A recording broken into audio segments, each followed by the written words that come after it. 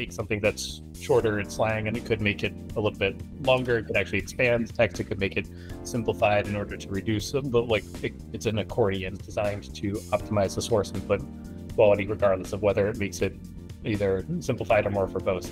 That request from customers to say, if we had a way that we could make the source content better formatted, that would help remove a lot of the quality issues that we observe in low quality translations.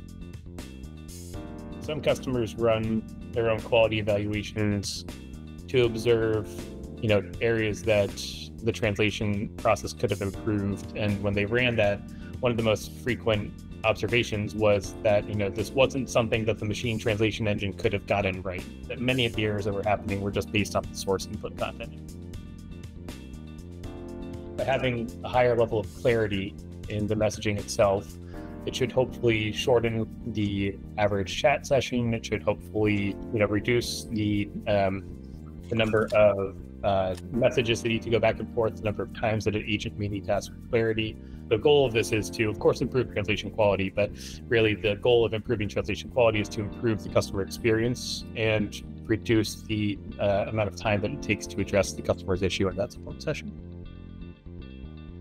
I think it'll benefit anyone, but it'll especially benefit organizations that have really large distributed contact centers, sometimes training them on how to go against their core voice, their inner voice, right? And that's really hard to do, if not impossible in many cases. So the goal of this is to use the optimization feature to capture the tone and the intent and the message that the agent was trying to send. We're not trying to put a veneer over what the agent was saying, but to finesse and fine-tune the input to be more adapted to a machine translation process. I think really every customer should at least experiment with it, give it to at least a small group of agents and have them experiment with it and observe what the outcomes are, right? At the very least, everyone should be putting it into their sandboxes and turning it on, right?